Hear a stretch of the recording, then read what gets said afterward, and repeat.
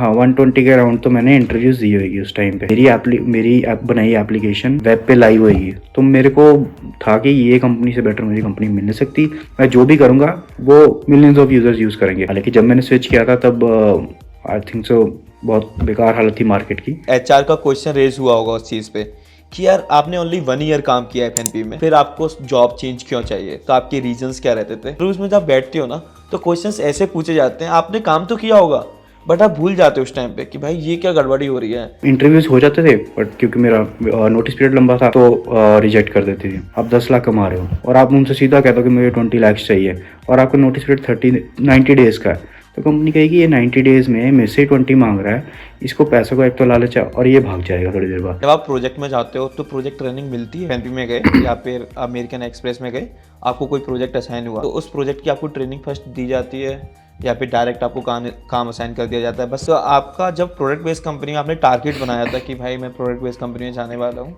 तो आपने तैयारी क्या की थी, मतलब कैसे अपने आप को प्रिपेयर किया था, रिज्यूमे में क्या क्या चीज़ें मेंशन की थी। कि आप पहले स्विच करते हो तो आप ये देखो कि आपको लर्निंग इनफ होगी कि नहीं होगी, बिकॉज उसके बाद एक्सपेक्टेशंस बढ़ती रहती है। जैसे आपका पैकेज बढ़ता है, जैसे आपका एक्सपीरियंस बढ़ता है, वो एक्सपेक्टेशंस बढ़ती रहती है। यार जब आपने प्रोडक्ट बेस्ड कंपनीज में अप्लाई करना स्टार्ट किया था, इंटरव्यूज दिए थे, डीएसए पूछते हैं वो लोग? मैं कहूँगा कि जो अच्छी कंपनी है वो पूछती है डीएसए। रिएक्ट डेवलपर होते क्या हैं, क्या काम करना होता है? सी शार्प, ये सब बैकएंड लैंग्वेजेस है। नोड होगी, नोड भी इंटरनली जावास्क्रिप्ट यूज़ करता है, तो जावास्क्रिप्ट एक बैकएंड लैंग्वेज भी है, फ्रंट एंड लैंग्वेज भी है। जब आपने रिएक्ट डेवलपर का इंटरव्यू दिया था, किस टाइप के क्वेश्चंस पूछे जाते हैं? बटन क्लिक करने से क्या दिख रहा है उसका पूरा फ्लो पता होना चाहिए। एक पॉइंट से दूसरे पॉइंट पे डेटा कैसे जा रहा है वो दिखना चाहिए, या फिर सर्वर से आपको डेटा कैसे आ रहा है वो पता होना चाहिए। How to become a React developer, like road map क्या होने वाला है? मैंने आपको रोड मैप बता दिया, यूट्यूब पे ये टॉपिक सर्च कर लो, आपको मिल जाएंगे।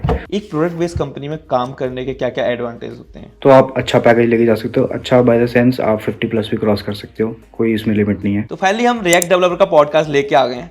हमने इस पॉडकास्ट में शाश्वत से बात की है। शाश्वत को ऑलमोस्ट 5.5 ईयर का एक्सपीरियंस हो गया है एंड फिलहाल वो अमेरिकन एक्सप्रेस में काम कर रहे हैं। तो हमने शाश्वत की जर्नी के बारे में बात किया है कि उनकी जर्नी कैसी रही है। अगर किसी को रिएक्ट डेवलपर बनना है तो रोड मैप क्या होने वाला है, इंटरव्यू किस टाइप के होते हैं, रिजेक्शंस कैसे फेस किया जाता है, क्योंकि उन्होंने इन्फोसिस से पहले एफएनपी में गए थे एंड एफएनपी पे अमेरिकन एक्सप्रेस में गए थे, तो दोनों प्रोडक्ट बेस्ड कंपनी है।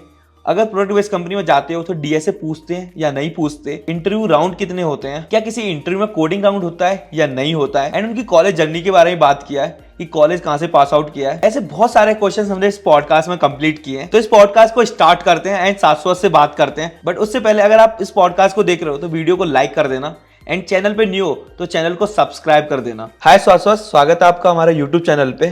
कैसे हो आप? मैं ठीक हूँ, बहुत बढ़िया गौरव, आप बताएं कैसे हो? मैं बहुत अच्छा हूँ। तो आज का पॉडकास्ट कुछ इंटरेस्टिंग होने वाला है, रिएक्ट डेवलपर के ऊपर हमारा पॉडकास्ट होने वाला है।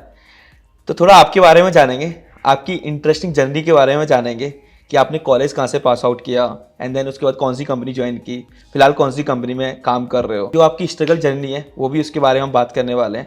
तो ओवर टू यू, आप अपने एकेडमिक बैकग्राउंड से स्टार्ट कर सकते हो। गौरव, जर्नी तो मेरी काफ़ी अप्स एंड डाउन से जर्नी में मैंने, मतलब मैं स्मॉल टाउन से बिलोंग करता हूँ। इतनी अच्छी मतलब मुझे गाइडेंस नहीं मिली थी एकेडमिक में क्या करना चाहिए क्या नहीं। तो जब सारे इंजीनियर बनने को चले थे, हम भी इंजीनियर बनने को चल लिए। स्टार्टिंग मैं करूँगा कि मैंने आईआईटी जेईई की प्रिपरेशन की, तो मैंने 2 साल बहुत मेहनत की चंडीगढ़ जाके। वहाँ पे वेरियस मैंने इंस्टीट्यूशंस वगैरह ज्वाइन किए, उस टाइम पे पढ़ाया, दिन रात एक कर दी। फिर उसके बाद कुछ रूल्स वगैरह चेंज हुए उस टाइम पे। आई थिंक सो ये 2014 की बात है, जब हमने मतलब फाइनल पेपर दिया था। उसके बाद कॉलेज वगैरह शुरू हुआ था। तो लकीली मेरे अपने शहर में, होशियारपुर से बिलोंग करता हूँ मैं, होशियारपुर पंजाब से, मेरे अपने शहर में कॉलेज है जो कि पंजाब यूनिवर्सिटी चंडीगढ़ का रीजनल कैंपस है। तो उस कैंपस में बेसिकली मैंने एडमिशन ली और मुझे उस टाइम पे इलेक्ट्रॉनिक्स का बहुत शौक़ था। मैं घर पे भी बहुत चीज़ें खोलता रहता था, तो मैंने इलेक्ट्रॉनिक्स की डिग्री पकड़ी। मुझे और कोई गाइडेंस नहीं मिली, मेरे को जो मन कर रहा था कर दिया, जो घर वालों ने बोल दिया मैंने शुरू कर लिया। तो उसके बाद बेसिकली जब शुरू की, स्टार्टिंग में तो समझ ही नहीं आ रहा क्या हो रहा है। फिर जब 2-3 साल निकल गए तब समझ आया कि इलेक्ट्रॉनिक्स में कुछ नहीं रखा अपने बेटा आईटी पकड़ ले, आईटी सेफ़ है। और इसलिए आईटी की मैंने जावा सी++ करनी शुरू कर दी। और मुझे लगता है हर आईटी इंजीनियर वहीं से होकर स्टार्ट होता है। तो वहाँ पे ओप्स वगैरह कॉन्सेप्ट्स वगैरह क्लियर हुए, सब कुछ हुआ, बाहर जाके ट्रेनिंग्स वगैरह ली, सब कुछ बहुत बढ़िया चल रहा था। फिर क्योंकि फिर प्लेसमेंट्स वगैरह का टाइम आया, तो प्लेसमेंट के टाइम पे आई थिंक सो मैं फर्स्ट था जो अपने क्लास से प्लेस हुआ था अच्छी कंपनी में। इन्फोसिस आई थी हमारी मास रिक्रूटर, और इन्फोसिस में हमारे बैच से बहुत कम जने गए थे, शायद 2-3 गए थे और मैं उनमें से एक था। तो मैं बहुत उस टाइम पे लकी फील कर रहा था, क्योंकि उस टाइम पे हायरिंग थोड़ी कम थी और वहाँ पे मुझे जावा काम आई। जावा में उन्होंने एल्गो या सूडो एल्गोरिदम जो कहते हैं वो बनवा के दिखाए, पूछे थे, तो वो मुझे काम आई थी। थोड़े ऊप्स के कॉन्सेप्ट्स पूछे थे जो मुझे अच्छी तरह काम आई। ठीक है, इससे मेरी जर्नी स्टार्ट होगी इन्फोसिस की। इन्फोसिस का कॉल आता है, वो कहती है कि 18 जून 2018 में हमारे पास आ जाओ, हम आपकी ट्रेनिंग शुरू करते हैं। और मेरे ख्याल से आपने भी देखा होगा मैसूर का कैंपस में जाके हम तो मज़े कर रहे थे। हमको स्टार्टिंग में इन्फोसिस वाले मेहनत कर रहे थे, हम मज़े कर रहे थे, वहाँ पे घूम रहे थे, फिर रहे थे। वहाँ पे बेसिकली सब कुछ स्टार्टिंग से A to Z दोबारा पढ़ाना शुरू किया। कोडिंग भी, और आपकी क्या कहते हैं, कोडिंग छोड़ के बाकी बिहेवियरल स्किल्स वगैरह भी, जो कि मुझे पता है कि लाइफ टाइम मुझे काम आएंगे। और उस टाइम पे मुझे पता चल रहा था कि अच्छा सीख रहा हूँ मैं यहाँ पे। फिर वहाँ पे इनिशियली पाइथन से प्रोग्रामिंग शुरू करवाते हैं, फंडामेंटल्स वगैरह। फिर उसके बाद आपको ट्री स्ट्रक्चर्स वगैरह, एसक्यूएल वगैरह ये सब बताते हैं, डेटाबेस के रिलेटेड चीज़ें, और थोड़ा सा डीएसए पढ़ाते हैं आपको। वो बहुत क्रूशियल टाइम होता है, जो आई थिंक सो अगर कोई भी अगर इन्फोसिस में ज्वाइन कर रहा है तो उसको वहाँ से ये सब चीज़ें सीखनी चाहिए, याद रखनी चाहिए, नोट्स बनाने चाहिए। और ये नहीं कि सिर्फ एग्ज़ाम्स के लिए, क्योंकि वहाँ पे एग्ज़ाम्स भी होते थे, एग्ज़ाम्स के लिए पढ़े, वो आपको लाइफ टाइम काम आएगी चीज़ें। और वो फर्स्ट स्टेप ग्रोथ के लिए बहुत ज़रूरी है, बी एड बिहेवियरल स्किल्स और बी एड जो आपने फंडामेंटल सीखे हैं।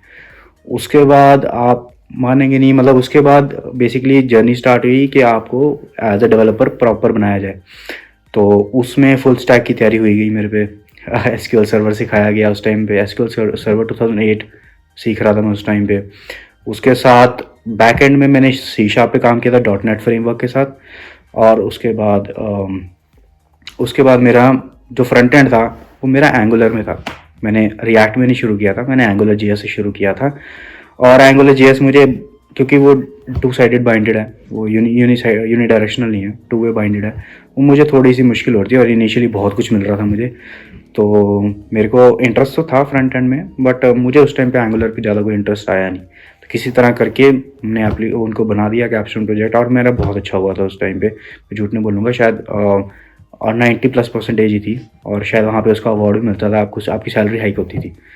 तो मैं अच्छा कर रहा था वहाँ पे, मेरे को कोई टेंशन नहीं थी, मज़ा आ रहा था कोडिंग में मज़ा आ रहा था, ये नहीं कह सकते। वहाँ पे लाइफ बहुत अच्छी थी। 4 महीने हुए, फिर आपको आपकी लोकेशन पे भेज दिया जाता है, जो कि हमें थी पुणे, जहाँ पे गौरव में आपसे मिला, पुणे में मिला था, राइट। तो वहाँ पे काफ़ी देर इन्फोसिस की बेंच पे भी निकाला, घूमा फिरा, टाइम पास भी किया, ये भी सोचा कि लाइफ में आगे क्या करना है। बट बाद में लेटली समझ आया था कि शायद उस टाइम पे स्किल की तैयारी कर लेता मैं अपनी, तो ज़्यादा बेटर रहता। तो आज मैं ज़्यादा बेटर पोजीशन पे होता। हालांकि अभी भी मैं खुश हूँ जिस पोजीशन पे हूँ, बट स्किल आपको डाइवर्सिफाई कर लेता मैं, कि भाई अपने एसक्यूएल सर्वर भी सुधार लेता, सी शार्प नहीं तो जावा पकड़ लेता, वो सब भी फ़ायदेमंद रहता। उस टाइम पे जिम खूब लगाई है वैसे तो इन्फोसिस में जिम मिलती थी, जिम खूब लगाई है, बेंच पीरियड में था। उसके बाद प्रोजेक्ट्स जब मिले, तो इन्फोसिस में एक छोटी सी चीज़ है कि प्रोजेक्ट पकड़ना मुश्किल होता है फ्रेशर्स के लिए, क्योंकि वो मांगते हैं एक्सपीरियंस। तो वो जितना लंबा आपका बेंच पीरियड होता गया, उतना उसमें मुश्किल आती रहेगी। तो मैं तो सबको ये कहूँगा कि आप सीख लो और जल्दी पकड़ लो, उसके बाद प्रोजेक्ट पे बैठ के आप मस्ती मारो इन्फोसिस में, वो बहुत बेटर है। और कई लोग कहते हैं कि इन्फोसिस स्टार्टिंग में पैकेज बहुत कम देती है, but I think so initially मेरे को भी गाइडेंस कहीं से मिली थी कि पैकेज मैटर नहीं करता, क्योंकि आपके ऊपर डिपेंडेंसी, फाइनेंशियल डिपेंडेंसी अगर नहीं है कोई ज़्यादा, तो पैकेज इतना मैटर नहीं करता। बट जो लर्निंग वहाँ से मिलती है ना, जो आपको एज अ फ्रेशर लर्निंग मिलती है, वो मेरे को लगता है कि बिल्कुल अनमोल है, उसका कोई तो नहीं है। बिकॉज आप जब सीनियर होते हैं ना, आपसे एक्सपेक्टेशंस बढ़ जाती है, जब आप फ्रेशर होते हैं आपसे कोई एक्सपेक्टेशन नहीं होती। तो मैं तो ये कहूँगा कि सैलरी पैकेज को छोड़ो उस टाइम पे, ये देखो कि मैं कहाँ से क्या क्या सीख सकता हूँ। बिकॉज मेरा एक्सपीरियंस है, मैंने शायद आई थिंक सो 3-4 साल कम पैकेज भी काम किया, बट जब पहला स्विच मारा तो सबके होश उड़ गए थे बिकॉज मेरा स्किल सुधर गया था। स्पेसिफिकली रिएक्ट में मैंने पूरा प्रोजेक्ट खुद डिज़ाइन किया A to Z, मतलब कैसे स्टार्ट होता है और कैसे ख़त्म होता है, वो पूरा प्रोजेक्ट मैंने किया था और वो बहुत फ्रूटफुल रहा था। मतलब स्टार्टअप्स वगैरह के भी इंटरव्यूज इजीली क्रैक हो रहे हैं, कॉन्फिडेंस ही अलग लेवल पे चल गया था। और कुछ चीज़ें ऐसी थी जो नहीं भी आती थी, बट क्योंकि कॉन्फिडेंस था तो कर पा रहा था। तो इन्फोसिस के अंदर टाइम अच्छा चल रहा था, प्रोजेक्ट्स मिल रहे थे, फिर कोविड आ गया, घर से काम कर रहे थे उस टाइम पे। कुछ वो भी समझ आ गया कि हाइब्रिड कैसे काम करना है या फिर वर्क फ्रॉम होम कैसे काम करना है। तो अच्छा चल रहा था उस टाइम पे, प्रोजेक्ट्स अच्छे मिल गए थे, मेंटर अच्छे मिल गए थे जो सिखाने वाले थे। मेंटर जब छोड़ के चले गए तो क्लाइंट मैनेजर अच्छे मिल गए थे जिन्होंने ट्रस्ट भी रखा कि ये कर सकते हैं। तो वहाँ पे प्रोजेक्ट अच्छे से कर लिया। फिर एक टाइम पे हो गया कि अब सीख लिया काफ़ी, अब अपनी बेस जो कंपनी है उसे सीख लिया आपने, अब इसको छोड़ सकते हैं और मे बी पैसे की तरफ ध्यान दे सकते हैं। तब स्विच मारा था। तब आई थिंक सो 3 महीने का नोटिस पीरियड होता है इन्फोसिस में। उन 30 महीनों में मैंने, मुझे लगता है मोर देन वन, हाँ 120 के अराउंड तो मैंने इंटरव्यूज़ दी होगी उस टाइम पे। और वो 3 महीनों का आपका गोल्डन पीरियड होता है जो मैं कहूँगा सबको अच्छे से यूटिलाइज़ करना चाहिए। उस टाइम पे आप सब कुछ छोड़ दो, वेकेशन छोड़ दो कि मैंने वेकेशन लेनी है, मेरे को कोई काम करना है, छोड़ दो, क्योंकि आपका पैकेज मल्टीप्लाई करेगा। मैं अपना पैकेज डिस्क्लोज तो नहीं कर पाऊँगा, बट लिटरली मल्टीप्लाई हो जाता है पैकेज उस टाइम पे। बस ठीक है, बाकी उस टाइम पे आपको सीखना पड़ता है। जैसे इंटरव्यूज़ के लिए कुछ चीज़ें होती है कि आपको जावास्क्रिप्ट, मतलब फ्रंट एंड के लिए बेसिकली, कि आपको HTML CSS जावास्क्रिप्ट, ये 3 मेन चीज़ें हैं जिसके आपको क्वेश्चंस पूछे जाएंगे। रिएक्ट के कम पूछे जाएंगे क्योंकि रिएक्ट एक लाइब्रेरी है, वो प्रोग्रामिंग लैंग्वेज नहीं है आपकी। लाइब्रेरी में फंक्शंस होते हैं, मेथड्स होते हैं या एट्रीब्यूट्स होते हैं, वो आप याद कर सकते हो, बट जो प्रोग्रामिंग का स्टाइल होता है वो सब चीज़ें चेक होती हैं इंटरव्यूज़ में। तो आपको कोई अच्छा मेंटर मिल जाए तो उससे सीखो ये सब चीज़ें।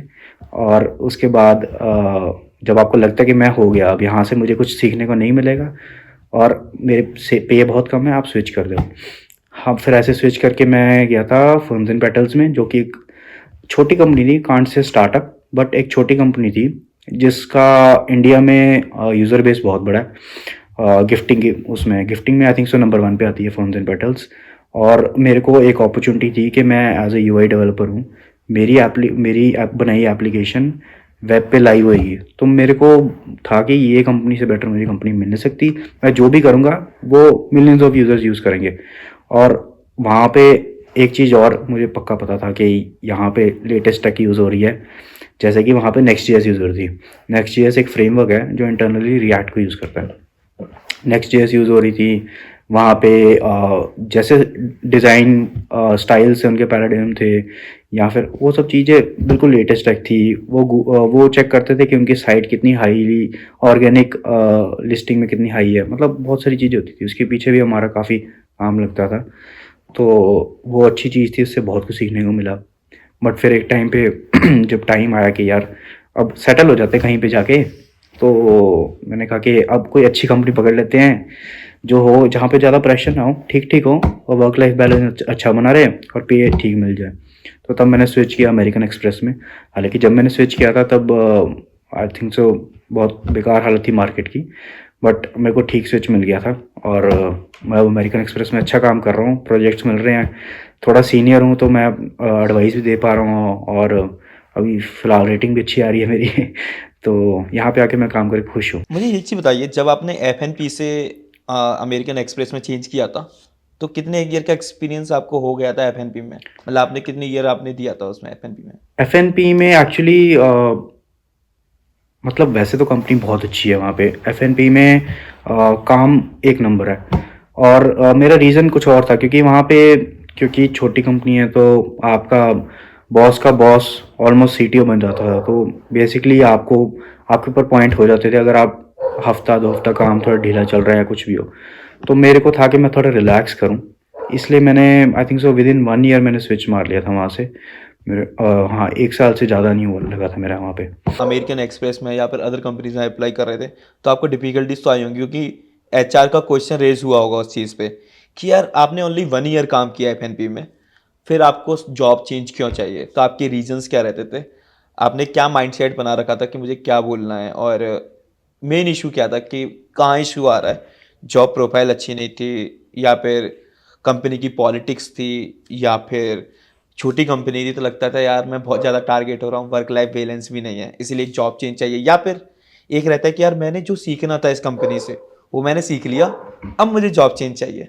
डेफिनेटली एफ में सिखाने को तो बहुत कुछ था, अभी भी काफ़ी कुछ था उसमें। मैं आपको कहूँगा 4-5 साल का भी कोई बंदा काम कर रहा है वो भी सीख रहा है एफ में। स्टार्टअप्स में ये फ़ायदा होता है। बट मेरा स्विच करने का, जैसे एच भी पूछते हैं, तो मेरे को था कि मैं स्टेबल लाइफ रहूँ। अब मैं ऑलमोस्ट आपको बताऊँ 28 का हूँ। मेरे को ऐसी लाइफ चाहिए कि मैं आगे 5-10 साल आराम करूँ, थोड़ा सा आराम इन द सेंस कि मुझे ग्रो तो करता रहूँ, बट ऐसे कोई ये ना हो कि हाईलाइट हो रहा है बंदा, या पिन पॉइंट ना हो, या फिर वर्क लाइफ बैलेंस बिल्कुल अच्छा नहीं है। तो मुझे वो मेंटेन करने के लिए मैं कंपनीज ऐसे ही देख रहा था उस टाइम पे, और कैजुअली स्विच के लिए देख रहा था कि मुझे अच्छी कंपनीज मिल जाए जहाँ पे वर्क लाइफ बैलेंस अच्छा हो, जिसमें American express one of the target companies थी। और उस टाइम भी काफ़ी स्टार्टअप कंपनीज में मैंने इंटरव्यू क्लियर किए थे, कोई काफ़ी इससे ज़्यादा भी दे रही थी अमेरिकन एक्सप्रेस से मुझे सैलरी पैकेज। बट मेरा गोल उस टाइम पे फाइनेंशियली मैं स्टेबल था। मेरा गोल ये नहीं था कि मैं कुछ ऐसी कंपनी पकड़ूँ जहाँ पे फिर लाइफ बैलेंस कर वर्क लाइफ बैलेंस खराब हो जाए। तो यही चीज़ मैंने एचआर को समझाई कि देखो, I am switching just because I want to stay in your company for at least 5 to 10 years। और ये चीज़ वो समझे कि मेरे को स्टेबिलिटी के लिए जा रहा है, जो कि एक बहुत प्लस पॉइंट होता है। एचआर दे डोंट वांट कि आप एक कंपनी से दूसरी कंपनी जंप करते रहें। और बिकॉज एफ थोड़ी छोटी कंपनी थी in terms of number of employees, तो ये उनको भी अंडरस्टैंडेबल था कि he wants to switch into something more stable. And financially also मैंने उस टाइम पे ज़्यादा स्विच हाइक मांगी नहीं थी। वट एवर मार्केट रेट मैंने उसी पे कहा कि मुझे आप जो भी पे पैकेज दे सकते हो दे दो, बट मुझे स्टेबिलिटी चाहिए। और बिकॉज आई थिंक सो इसमें और पॉइंट ये है कि मैं रिएक्ट डेवलपर अच्छा था, तो किसी ने इतना पॉइंट नहीं किया कि भाई आप क्यों स्विच कर रहे हो। मेरा स्किल अच्छा था, मेरे रिव्यूज़ अच्छे आ रहे थे, मेरी जावास्क्रिप्ट बहुत अच्छी थी, तो मेरे को किसी ने पिन पॉइंट नहीं किया कि आप क्यों स्विच कर रहे हो। ऑलरेडी मैं रेटिंग के हिसाब से एक्सीलेंट आ रहा था पिछले राउंड से, तो फिर एचआर ने ज़्यादा क्वेश्चंस किए भी नहीं उस टाइम पे। अच्छा, मैं अपनी ऑडियंस को बता देता हूँ एफ क्या है। तो अभी वैलेंटाइंस वीक चल रहा है, तो मोस्टली गिफ्ट्स वहीं से ऑर्डर हो रहे होंगे। तो शाश्वत ने वहीं पे काम किया, उस कंपनी में काम किया, अच्छी कंपनी है, स्टार्टअप्स है और अच्छा ग्रो कर रही है।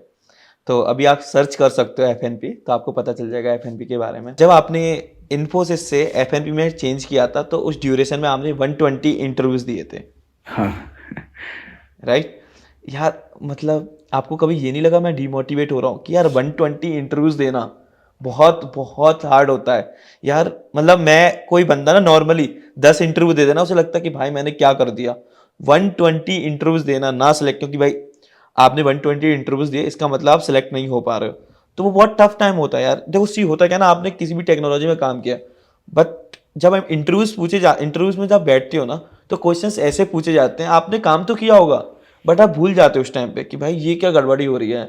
ये तो मैं बाद में जब आप निकल के आओगे बोले अरे यार मैं इसका आंसर तो ये था, मैंने तो इस पे काम किया यार, मैं तो रोजाना काम करता हूँ, बट इसका आंसर ये देना था मुझे। ये प्रॉब्लम्स आती है। आपने उस ड्यूरेशन को कैसे मतलब फेस किया था? क्या क्या डिफिकल्टीज आई थी? आपका जो रिज्यूमे था कैसे शॉर्टलिस्ट हो पाया था? भाई पहले तो देखो कि 120 इंटरव्यूज़ विद इन 3 मंथ्स नहीं थे, बिकॉज आपका 3 मंथ्स का इन्फोसिस का नोटिस पीरियड रहता है। और बहुत सी कंपनीज होती है जो ऐसे बंदे में इन्वेस्ट नहीं करना चाहिए जिसका 3 मंथ्स का नोटिस पीरियड हो, क्योंकि ये मार्केट में सबको पता है कि वो एक इंटरव्यू करते हैं, फिर अगर क्लियर भी होते हैं तो दूसरी जॉब की तरफ भागते हैं। तो मोस्ट ऑफ द कंपनीज मुझे वहीं पे इंटरव्यूज़ हो जाते थे, बट क्योंकि मेरा नोटिस पीरियड लंबा था तो रिजेक्ट कर देती थी। और एक और रीज़न था कि स्टार्टिंग में बेसिकली जब आप इंटरव्यू देने जाते हो, ऑल दो आपको कोडिंग की बहुत अच्छी अंडरस्टैंडिंग है, बट इंटरव्यूज़ में आपको ना थ्योरेटिकल क्वेश्चंस बहुत पूछते हैं, जो कि मैंने बिल्कुल प्रिपेयर नहीं किए थे। आप कहोगे मैंने जब इंटरव्यू स्टार्ट किया मैंने रेज्यूमे बनाया, नौकरी पे प्रोफाइल बनाई, लिंक्डइन पे प्रोफाइल अपडेट की और स्टार्ट कर दिया। इंटरव्यूज़ आ रहे थे, वो मुझसे पूछ रहे थे like what are the features of React. अब 3-4 तो बंदा जब डेवलपमेंट करता है वो बता देता है, बट वो पूछ रहे थे और बताओ, जो कि थ्योरेटिकल हो जाते थोड़े। और फीचर्स ऑफ रिएक्ट आप जब काम करते हो ना, जब आप नॉर्मल किसी चीज़ में काम कर रहे हो, आप चल रहे हो, तो आप ये तो ना बताओगे कि कितनी स्पीड है आपकी, या फिर चलने में कौन सा पैर आगे रखते हैं पहले। तो वो डे टू डे रहता है, वो बंदा ध्यान नहीं देता उन सब चीज़ों पे। तो मेरे साथ भी ऐसा ही हुआ। मैंने इंटरव्यूज़ देनी शुरू कर दी, वो मेरे से क्वेश्चन ऐसे पूछते थे। फिर मुझे स्टार्टिंग में थोड़ी डीमोटिवेशन हुई। फिर मैंने यूट्यूब पे जैसे यूट्यूब पे वीडियोज़ देखनी शुरू की, और मोटिवेशनल वीडियोज़ भी आई कि कैसे स्विच मारते हैं, उन सब में मोटिवेट करते थे। कहीं रिएक्ट डेवलपर्स ने वीडियोज़ डाली होती थी अपनी, कहीं कंपनीज़ जैसे एक्सेंचर होगी या फिर जो भी कंपनीज़ होगी, इनके मॉक इंटरव्यूज़ मिल जाते हैं यूट्यूब पे। तो उन्होंने समझाया कि ऐसे-ऐसे क्वेश्चंस पूछे जाते हैं, फिर वो क्वेश्चंस लिखे। तो मतलब मेरी जो इंटरव्यू होती थी, उसमें मैं क्वेश्चंस नोट डाउन कर लेता था, उनको फिर याद करना शुरू किया। तो अप्रॉक्सिमेटली मुझे लगता है स्टार्टिंग के 20-30 इंटरव्यूज़ मैंने दिए, उसके बाद मेरा क्लियर हुआ। उसके बाद जब पहली कंपनी ने मुझे हायर किया तो मैं बहुत खुश था। हालाँकि उधर से जितना मेरा एक्सपेक्टेड था उससे ज़्यादा हाइक मिल गया था। और जब आपका, क्योंकि आपका नोटिस पीरियड बहुत लंबा था 90 डेज़ का, तो आपको थोड़ा-सा कॉम्प्रोमाइज़ आपके पे पैकेज में करना पड़ता है। अगर आपका सपोज़ आप 10 लाख कमा रहे हो और आप उनसे सीधा कहते हो कि मुझे 20 लाख चाहिए, और आपका नोटिस पीरियड 90 डेज़ का है, तो कंपनी कहेगी ये 90 डेज़ में मेरे से 20 माँग रहा है, इसको पैसों का एक तो लालच है, और ये भाग जाएगा थोड़ी देर बाद। तो नॉर्मली मैं कोशिश करता हूँ कि अबाउट 40 से 60% के बीच में हाइक मांगूँ फर्स्ट, जो कि रीज़नेबल भी लगे। बाकी अगर आप बहुत हाई पैकेज पे ऑलरेडी बैठे हो, उसके बाद आप 40-60 मांग रहे हो, तो वो रीज़नेबल भी नहीं लगता। तो रीज़नेबल से हाइक मांगो, ताकि सामने वाली कंपनी को कोई इशू ना हो आपको मे बी पैकेज देने में भी, और उसको लगे कि मैंने अच्छा बंदा ले लिया है जो कम पैसे पे आ रहा है, तो वो भी कहीं पे कॉम्प्रोमाइज़ कम कर रही है, तुम भी कहीं पे कॉम्प्रोमाइज़ कर रहे हो। तो वो दोनों के लिए विन-विन सिचुएशन होती है। उसके बाद आप देखते रहो। तो ये होता है थोड़ा सा स्टार्टिंग में स्विच करने के टाइम पे। Okay okay. जब आप प्रोजेक्ट में जाते हो तो प्रोजेक्ट ट्रेनिंग मिलती है? जैसे मैंने बोला कि आप एफएनपी में गए या फिर अमेरिकन एक्सप्रेस में गए, आपको कोई प्रोजेक्ट असाइन हुआ, तो उस प्रोजेक्ट की आपको ट्रेनिंग फर्स्ट दी जाती है, या फिर डायरेक्ट आपको काम असाइन कर दिया जाता है, बस ओनली आपको प्रोसेस समझा दिया जाता है कि ये प्रोसेस है, इसके थ्रू हम चलते हैं, एंड ये रिक्वायरमेंट्स आती हैं, अब तुम काम स्टार्ट कर दो?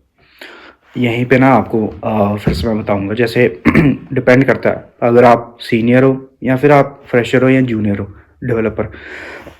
अगर सीनियर डेवलपर होंगे तो आपको इनिशियली 2-3 हफ्ते की ट्रेनिंग तो दी जाएगी, बट उसके बाद आपको थोड़ा थोड़ा काम देना शुरू कर देगा, बिकॉज आपकी बिलिंग हाई हो रही है, कंपनी को वो साथ साथ कवर भी तो करना है, और एक्सपेक्टेशंस आपसे ज़्यादा होती है। आप हाई पैकेज पे आए हो चाहे हाई एक्सपीरियंस पे आए हो, आपसे एक्सपेक्टेशंस ज़्यादा होती है। जूनियर होते हो तो नॉर्मली जैसे आपको टाइम मिल जाता है फिर भी, और कई कंपनीज होती हैं उनके पास, जैसे अमेरिकन एक्सप्रेस है, इनका एक सेट पाथ रहता है कि ये एम्प्लॉय आया, इसको 2-3 महीने लगेंगे सेट होने को, उसके बाद काम देंगे। तो कई जगह आपको अच्छा खासा टाइम ही मिल जाता है। तो ये कंपनी टू कंपनी डिपेंड करता है। बिकॉज मैंने बहुत बड़ी कंपनी में भी काम कर लिया है, बहुत वेल इस्टेब्लिश्ड कंपनी में भी काम कर लिया, और बहुत छोटी कंपनी जिसकी पब्लिक साइट है उसमें भी काम करके देख लिया। तो मैं ये कह सकता हूँ कि ये डिपेंड करता है आपकी कंपनी कैसी है। अगर आपकी छोटी कंपनी है तो वो कोशिश करेगी मैं जल्दी से काम भी निकलवा लूँ साइड से, और आपको अपनी तरफ से खुद काफ़ी कुछ सीखना पड़ता है। बड़ी कंपनी है तो आपको पूरा सेट रूल होंगे वहाँ पे कि आपको ये टाइम मिलेगा 2-3 महीने का, आप सीख लो, सब कुछ कर लो, फिर आपको काम देंगे।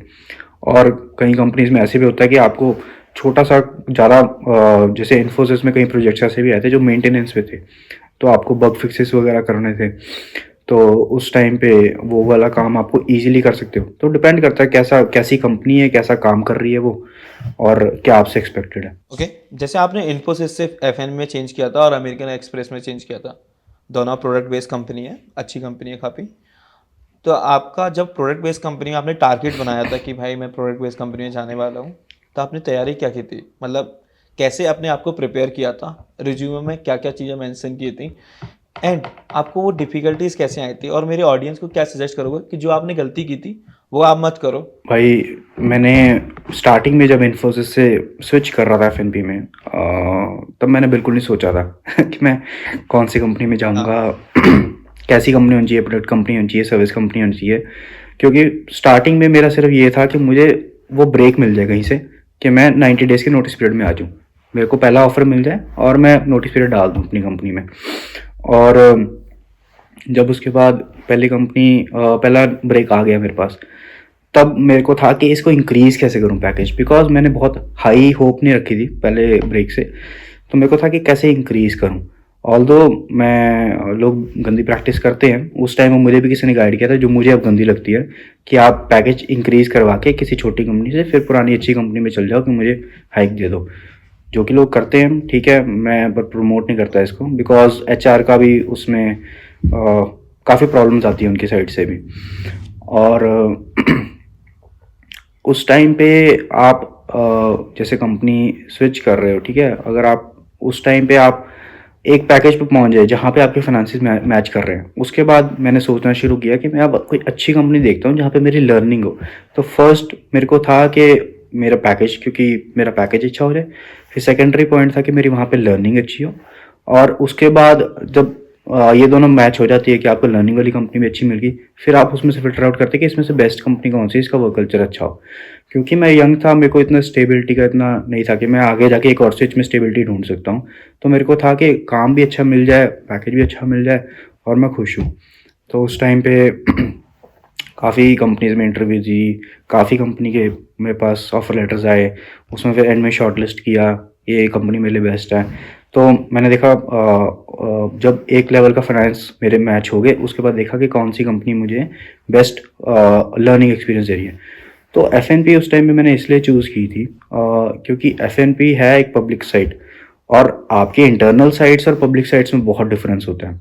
और आपको एक बार पब्लिक साइट का आपको एक्सपीरियंस मिल गया, तो आप, मैं मानता हूँ, कुछ भी कर सकते हो। पब्लिक साइट्स में नॉट जस्ट आपका यूआई होता है, उसके पीछे बहुत मैट्रिक्स होते हैं, परफॉर्मेंस होता है, इवेंट्स होते हैं, कैसे ट्रिगर हो रहे हैं, और आपको मतलब डेटा होता है जो एनालिसिस करना पड़ता है, और बहुत लेवल पे टेस्टिंग होती है उसकी। तो मतलब बहुत रिफाइंड प्रोडक्ट जाता है आपका, उसमें आपको परफॉर्मेंस के लिए लर्निंग मिलती है, आपको कैसे बेस्ट प्रैक्टिसेस होती है, और बग्स कैसे होते हैं। और ऐसी कंपनीज जो पब्लिक गई हो, उनका एक पूरा सेट रूल होता है कि ऐसे ही चलना है, पूरा अजाइल का मेथड फॉलो करते हैं वो।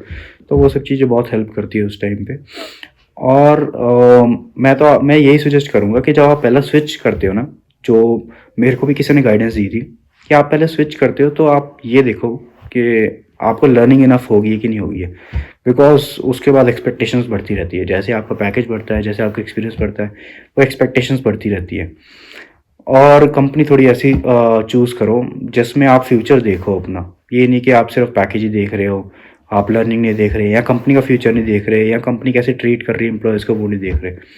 तो मेरी सजेशंस यही रहेगी कि कुछ लोग गलती करते हैं, कुछ लोग पैकेज देख के 2-4 लाख ऊपर मिलता है कंपनी से, तो पैकेज देख के थोड़ी हल्की कंपनी में चल जाते हैं, बट बाद में पछताते हैं जब उनको। और पीछे काफ़ी मैंने अपने फ्रेंड्स देखे हैं जिनको ले ऑफ भी हुए हैं, उन्होंने पैकेज दे के स्विच किया, कंपनी का देखे नहीं स्टेबिलिटी कैसी है, और फिर ले ऑफ्स वगैरह हुए। तो ये एक गलती है जो मैं लोगों को कहूँगा मत नहीं करनी चाहिए। हाँ, डेफिनेटली मुझे लगता है कि यार पैकेज देख के, पैकेज तो मिल जाएगा यार आपको, अगर आपकी कंपनी अच्छी होगी, आपको काम अच्छा मिल गया तो ठीक है, वो बेटर बहुत करता है यार। जब आपने प्रोडक्ट बेस्ड कंपनीज में अप्लाई करना स्टार्ट किया था, इंटरव्यूज दिए थे, डीएसए पूछते हैं वो लोग? मैं कहूँगा कि जो अच्छी कंपनीज है वो पूछती है डीएसए। बहुत डिपेंड करता है आपका। कई कंपनीज आपसे देखो, यूआई के लिए इतना मुश्किल डीएसए नहीं होता यूआई में, क्योंकि लॉजिक नहीं होता, बैकएंड में लॉजिक होता है। अगर आप रिएक्ट के लिए स्पेसिफिकली जा रहे हैं तो आपको डीएसए इतना तंग नहीं करेगा। कोर कॉन्सेप्ट्स आपके इंपॉर्टेंट जो हैं वो आपके क्लियर होने चाहिए, जो कि जावास्क्रिप्ट में मेरे बहुत अच्छे थे, मेरे एचटीएमएल के अच्छे थे, मेरे सीएसएस के अच्छे थे। तो उनको पता था ये लर्निंग करके रिएक्ट कर भी लेगा, अगर मेरे रिएक्ट के थोड़े हल्के भी हो, हालांकि मेरे अच्छे भी थे। तो डीएसए इतना आपको परेशान नहीं करेगा उससे। ओके, मतलब आपने जब इंटरव्यूज दिए थे दोनों कंपनीज में, तो आपके कितने कितने राउंड हुए थे? टेक्निकल राउंड कितने हुए थे, एचआर राउंड कितने हुए थे, और मैनेजरियल राउंड कितने हुए थे? एफ एन पी में I think so, F N P मेरे को ऑलमोस्ट लास्ट डेज ऑफ में मेरे नोटिस पीरियड में आई थी, तो उनको भी जल्दी थी कि एम्प्लॉय जल्दी आ जाएगा। तो आई थिंक सो उसमें भी मेरे 3 राउंड्स हुए थे, जिसमें 2 टेक्निकल था, एक मैनेजर था, और सेलेक्ट होने के बाद मेरा एक सीटीओ के साथ कन्वर्सेशन भी हुई थी वहाँ की। तो नॉर्मली ऐसे ही था। और सेम अमेरिकन एक्सप्रेस में था, अमेरिकन एक्सप्रेस में भी आई थिंक सो मेरे 2 राउंड हुए थे। थर्ड राउंड भी टेक्निकल मैनेजर था, जहाँ मेरा मैनेजर भी था और टीम लीड भी थे, जिन्होंने मेरे से क्वेश्चंस वगैरह किए। बट हाँ, अमेरिकन एक्सप्रेस में अगर आप बैकएंड में जा रहे हो, या फिर अमेरिकन एक्सप्रेस में दे एक्सपेक्ट कि आप एक लेवल ऑफ डीएसए अच्छे से आती हो आपको, ये नहीं कि आपको बिल्कुल नहीं आती है, या अगर आपकी एल्गो क्रिएशन आपकी अच्छी हो, आपकी परफॉर्मेंस वाइज आपको नॉलेज हो, तो मतलब जो आप कर रहे हो आपको उसकी नॉलेज होनी चाहिए, वो बंदा अच्छा लेता है। तो ये डिपेंड करता है कंपनी कैसी है। जो अच्छी कंपनी है वो डेफिनेटली पूछेगी आपसे, आपको थोड़े बहुत स्टार्टिंग के जो एल्गोरिदम्स होते हैं वो पढ़ लेने चाहिए। अब हमारा पूरा चेंज हो रहा है प्रोसेस। रिएक्ट डेवलपर होते क्या हैं, क्या काम करना होता है?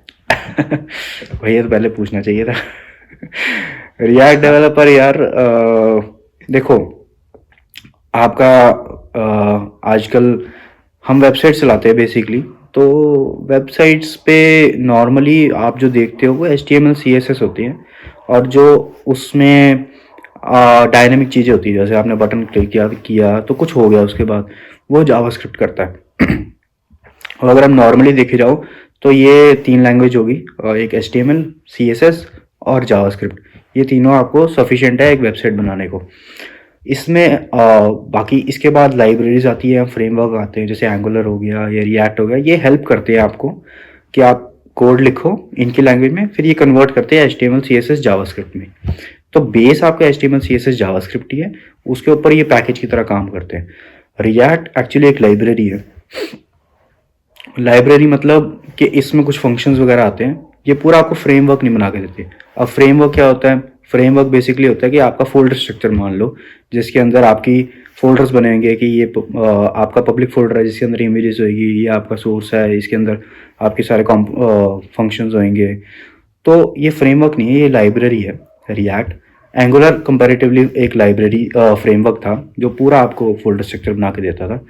अब रिएक्ट के बीच में आप normally without any folder structure आप डायरेक्टली यूज़ कर सकते हो, बट नॉर्मली रिएक्ट डेवलपर जिन्होंने रिएक्ट डेवलप किया है, फेसबुक ऑब्वियसली, उन्होंने एक CLI टूल बनाया हुआ है, कमांड लाइन टूल बनाया हुआ है, जिसको हम क्रिएट रिएक्ट ऐप कहते हैं, जो कि बहुत ईजी है।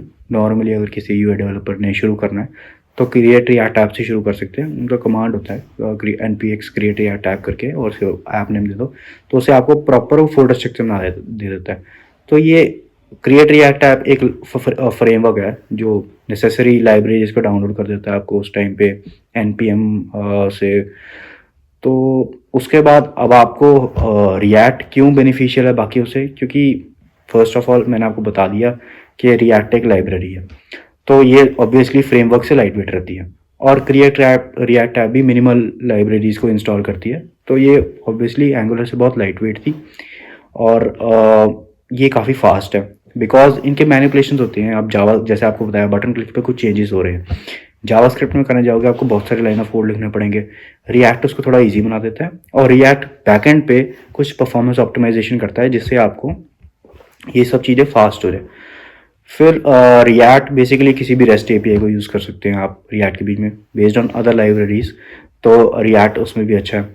इसके साथ आप वही जैसे रेंडरिंग का कॉन्सेप्ट हुआ, तो रेंडरिंग बेसिकली हो गया कि आपकी UI पे क्या दिख रहा है, वो रिएक्ट अच्छे से मैनेज कर लेता है। इसलिए आजकल रिएक्ट हॉट भी चल रही है, मतलब काफ़ी देर से चल रही है। आपने बोला रिएक्ट डेवलपर इस लाइब्रेरी है। मेरे मन में एक डाउट है, तो फिर मैं बोल सकता हूँ रिएक्ट डेवलपर एक लैंग्वेज नहीं है, एक लाइब्रेरी है। लाइब्रेरी के अंदर बहुत सारी लैंग्वेज यूज होती होंगी, राइट? हाँ, आपको बताया लैंग्वेज 3 ही है आपके पास, जो आप HTML CSS और जावास्क्रिप्ट, ये 3 लैंग्वेज ही है। इसके इसके यही आपको UI पे दिखती है। आप जब स्क्रीन देखते हो आपको यही सब दिख रहा होता है, आपको रिएक्ट नहीं दिखती उसमें। ओके ओके, तो मैं नहीं लगता HTML बहुत ओल्ड लैंग्वेज हो गई है, अब भी यूज हो रही है। HTML मतलब आप वेबसाइट, जितनी भी वेबसाइट देख रहे हो, जो भी चला रहे हो, हम जैसे अगर मीट भी कर रहे हैं, इसमें HTML यूज़ होता है। HTML के बिना आप देख नहीं सकते। ओके, तुम्हारा बेसिकली काम किस पे रहता है? बैकएंड पे ज़्यादा काम रहता है कि फ्रंट एंड पे काम रहता है? फ्रंट एंड पे रहता है, और रिएक्ट वाले मोस्टली UI ही बनाते हैं। तो वेबसाइट्स आपको जो दिखती है विजुअल पार्ट, वही रिएक्ट वालों का काम है। और जो बैकएंड में काम कौन करता है फिर उस पे? बैक एंड पे जो काम करते हैं बैक एंड डेवलपर्स, जैसे आपकी लैंग्वेजेस होगी पाइथन, जावा और C#, ये सब बैक एंड लैंग्वेजेस है। नोड होगी, नोड भी इंटरनली जावास्क्रिप्ट यूज़ करता है, तो जावास्क्रिप्ट एक बैक एंड लैंग्वेज भी है, फ्रंट एंड लैंग्वेज भी है। बट नोड के साथ यूज़ होती है तो वो बैक एंड में काम करती है, रिएक्ट के साथ यूज़ होती है तो फ्रंट एंड में चलती है। मैं इसके बारे में, मेरे को अवेयर नहीं था, बट मेरे को अब आइडिया लग गया। अच्छा, मेरा क्वेश्चन है, जब आपने रिएक्ट डेवलपर का इंटरव्यू दिया था किस टाइप के क्वेश्चंस पूछे जाते हैं और आपका एक्सपीरियंस कैसा रहता है? मतलब जो 45 मिनट्स या 1 आवर का इंटरव्यू रहता है, किस टाइप के क्वेश्चंस दागे जाते हैं कि यार ये बता दे या ये बता दे, या कोड भी लिखवा लेते हैं कि भाई कोड भी लिख दे? रिएक्ट में ना आपको 3 चीज़ें तो पूछी जाएगी, ठीक है।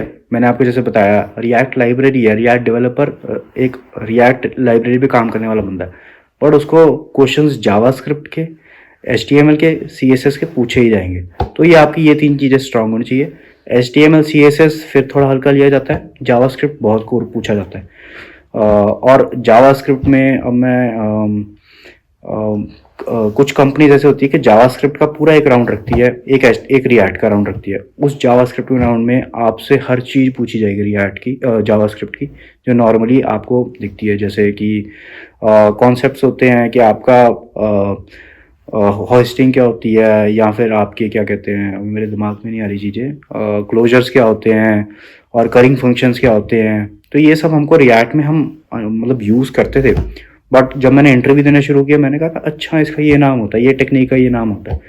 तो जावास्क्रिप्ट में बहुत सारी चीज़ें होती है। जावास्क्रिप्ट में क्लोजर्स बहुत इंपॉर्टेंट कॉन्सेप्ट है, जिसके बिना आप interviews I don't think so clear कर पाओगे आप, और अच्छी कंपनी में तो बिल्कुल जा नहीं पाओगे। तो वो बहुत इंपॉर्टेंट है। होस्टिंग बहुत इंपॉर्टेंट है। जैसे कॉन्स्टेंट्स वगैरह लेते हैं हम, कॉन्स्टेंट्स हो गया, लेट हो गया, इनमें डिफरेंसेस वगैरह पूछते हैं। तो ये एक जावास्क्रिप्ट का एक राउंड रहता है। रिएक्ट का आपका फिर रिएक्ट में बेसिकली आपको रेंडरिंग कैसे होती है वो पूछ लेते हैं। अच्छा, इससे पहले HTML में भी आपको कई बार कहीं कंपनीज आपसे ये भी पूछ लेगी कि आपकी जो वेबसाइट है इसके अंदर HTML लोड कैसे होता है। तो वो सब भी आपको आना चाहिए कि आप कैसे आप फेच करते हो बैकएंड से HTML, कैसे आप डिस्प्ले करते हो, उसके बाद कैसे जावास्क्रिप्ट कॉल होती है। तो मैंने अपने एक्सपीरियंस में ये सीखा कि मुझे बटन क्लिक करने से क्या दिख रहा है उसका पूरा फ्लो पता होना चाहिए। एक पॉइंट से दूसरे पॉइंट पे डेटा कैसे जा रहा है वो दिखना चाहिए, या फिर सर्वर से आपको डेटा कैसे आ रहा है वो पता होना चाहिए। उसके भी में बहुत सारी लेयर्स होती है। तो जब आप काम करते हो ना आपको तब वो समझ आती है, और जब काम करते हो जब दिखती है तब उसको नोट कर लेना आप सब जो भी ये वीडियो देख रहे हैं। हाँ। तो ये रिएक्ट का ज़रूरी रहता है। Okay, how to become a React developer? Like road map क्या होने वाला है, कहाँ से स्टार्ट करना चाहिए, एक स्टार्टिंग पॉइंट क्या होना चाहिए, एक एंड पॉइंट क्या होना चाहिए? यूट्यूब पे वीडियोस बहुत सारा हैं कि वहाँ से यूट्यूब से स्टार्ट कर सकते हो, या फिर कोई कोर्स परचेज कर लो अगर आपको रिएक्ट डेवलपर बनना है। क्योंकि होता क्या है ना, कोर्स में क्या होता है, आपको 1 पॉइंट से एंड पॉइंट तक आपको सारी चीज़ें बताई जाएंगी। अगर आप यूट्यूब से करते हो स्टार्ट तो प्रॉब्लम्स आती हैं, रीजंस कि आपने कोई कोर्स स्टार्ट किया, आपको पता ही नहीं है इसमें है क्या चीज़, आपने लास्ट वाली चीज़ पहले पढ़ ली, पहली वाली चीज़ लास्ट में पढ़ रहे हो, तो सारा मैसअप हो जाता है। तो आपका रोड मैप क्या रहेगा कि कैसे स्टार्ट करना चाहिए रिएक्ट डेवलपर की तरफ, अगर कोई मतलब मेरे व्यूअर्स जानना चाहते हैं तो? भाई मैं आज रोड मैप ही बता देता हूँ पूरा तो अगर आपको वेबसाइट पे बनाना है तो 3 टेक्नोलॉजीज आपको जैसे पहले बताया आनी चाहिए। सबसे पहले शुरू करो HTML से। HTML पढ़ ली, उसके बाद आप इसकी प्रैक्टिस करनी शुरू कर दो।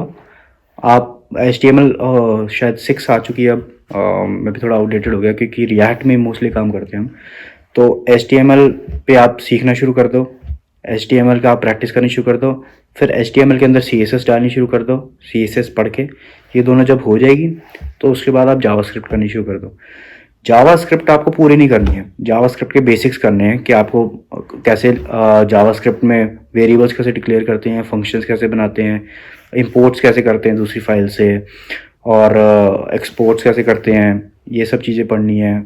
और फंक्शंस के बीच में फंक्शंस कॉल कैसे करते हैं, और ऑब्जेक्ट्स क्या होते हैं। ऑब्जेक्ट ओरिएंटेड प्रोग्रामिंग ज़रूरी नहीं है, आपको ऑब्जेक्ट्स क्या होते हैं वो पता होना चाहिए। तो ये हो गया आपका फर्स्ट 3 लैंग्वेज का ये रोड मैप। उसके बाद जब आप पे ये सब हो जाएगा फिर आपको रिएक्ट का शुरू करनी है। रिएक्ट में कॉन्सेप्ट्स होते हैं, जैसे सबसे पहले आपको बताएगा कि रिएक्ट क्या है, फीचर्स क्या है, कैसे चलते हैं। अगर आप इंटरव्यू के लिए तैयारी कर रहे हो तो वो जो फीचर्स हैं उनको अच्छी तरह समझ लो। वो फीचर्स के आगे आपको बताएंगे कि रेंडरिंग वगैरह कैसी होती है। जैसे वर्चुअल डॉम में कॉन्सेप्ट है, वर्चुअल डॉम वगैरह सीख लो। वो बहुत सबसे कॉमन आस्क्ड क्वेश्चन है कि व्हाट इज वर्चुअल डॉम, और उसके बाद उसमें डिपेंड करता है रेंडरिंग कैसे हो रही है। अब आप नॉर्मल अगर बाकी से अच्छा जानना चाहते हो तो थोड़ा उसमें और डीप समझ लो कि वर्चुअल डॉम के बेस पे रेंडरिंग कैसे होती है और वो दिखती कैसी है। तो वो कहीं यूट्यूबर्स हैं जो आपको ये सब भी बता देंगे। अब मेरे को तैयारी करे बहुत टाइम हो गया, बट कुछ अक्षय सैनी करके है, उनकी बहुत अच्छी वीडियोज़ है जावास्क्रिप्ट पे। फिर कोड एवोल्यूशन है, उनकी वीडियोज़ काफ़ी अच्छी है रिएक्ट पे।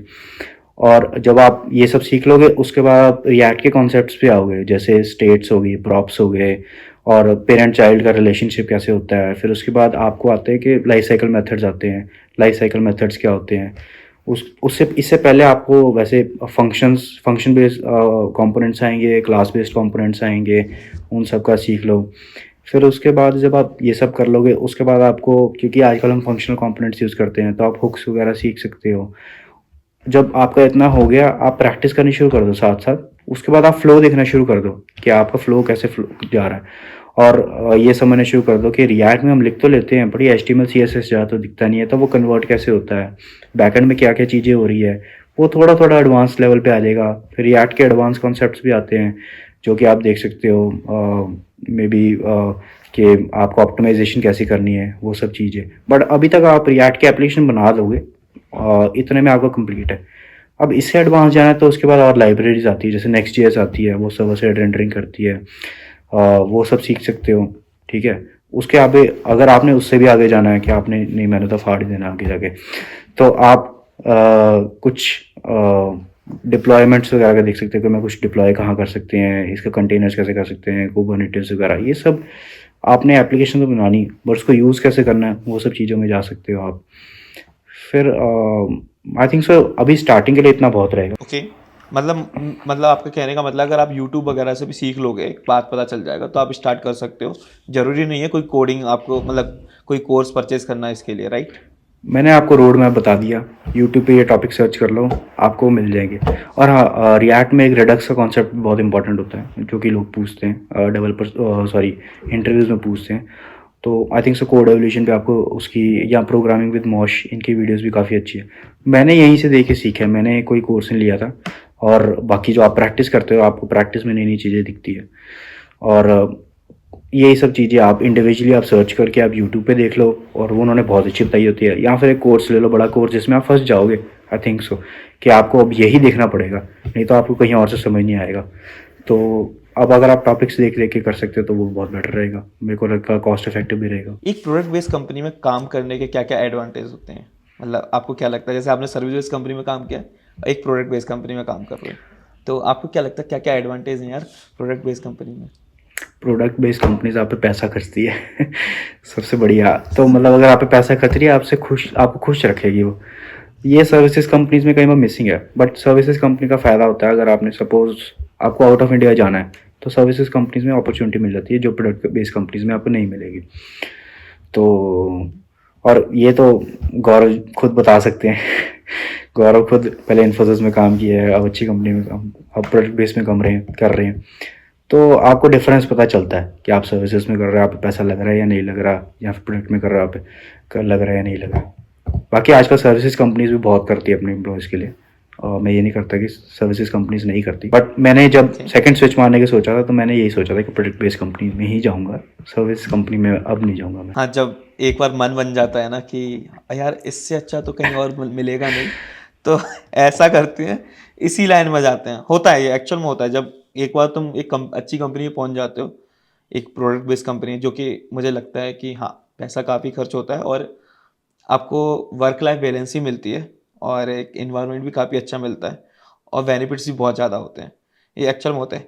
साथ साथ मेरा एक क्वेश्चन है, आफ्टर 10 ईयर रिएक्ट डेवलपर का फ्यूचर क्या होने वाला है? भाई आफ्टर 10 ईयर छोड़ो, मैं कहूँगा 2 साल में भी आपको अपने आप को अपग्रेड करना पड़ेगा। मतलब जैसे हम AI का सुनते हैं आजकल, जेन AI बन रही है, उसकी वजह से जॉब्स खतरे में है। जॉब्स तब खतरे में होगी अगर आप अपग्रेड नहीं कर रहे अपने आप को, बिकॉज इसमें भी, रिएक्ट में भी एडवांसमेंट आई जा रही है। अब जिन्होंने रिएक्ट बनाई है, वो ऐसे तो नहीं है कि हम 2 साल में ख़त्म कर देंगे अपना काम, ठीक है, वो भी एडवांसमेंट ला रहे हैं। अब आप वो एडवांसमेंट सीखोगे तभी आगे बढ़ पाओगे, अगर आप सीखना नहीं चाह रहे तो आपका काम वहीं पे पैकअप हो जाएगा। तो जैसे अभी मैं खुद बताऊँ, मैं पाइथन में ट्रेनिंग ले रहा हूँ, मैं साथ में कुबरनेटिस सीखने की सोच रहा हूँ। तो पाइथन में मैं जेन AI की तरफ सोच रहा हूँ, तो मेरे को वो हेल्प करेगा रिएक्ट के साथ। 10 ईयर्स में मैं 10 ईयर्स तो बहुत लॉन्ग पीरियड हो गया आई थिंक सो, जैसे एडवांसमेंट्स हो रही है। अभी 2-3 ईयर्स तो अच्छा फ्यूचर है रिएक्ट का, उसके बाद मे बी कुछ बेटर आ जाए, जैसे नेक्स्ट आया था। नेक्स्ट में काफ़ी फीचर्स हैं बट इंटरनली वो रिएक्ट यूज़ करता है तो चल जाता है। और आई थिंक सो रिएक्ट का एक बेनिफिट ये भी रहता है कि वो आप अगर रिएक्ट नेटिव सीख लें, जो कि ऑलमोस्ट सिमिलर टू रिएक्ट है, तो आप मोबाइल डेवलपमेंट भी कर सकते हो, B it Android B it iOS।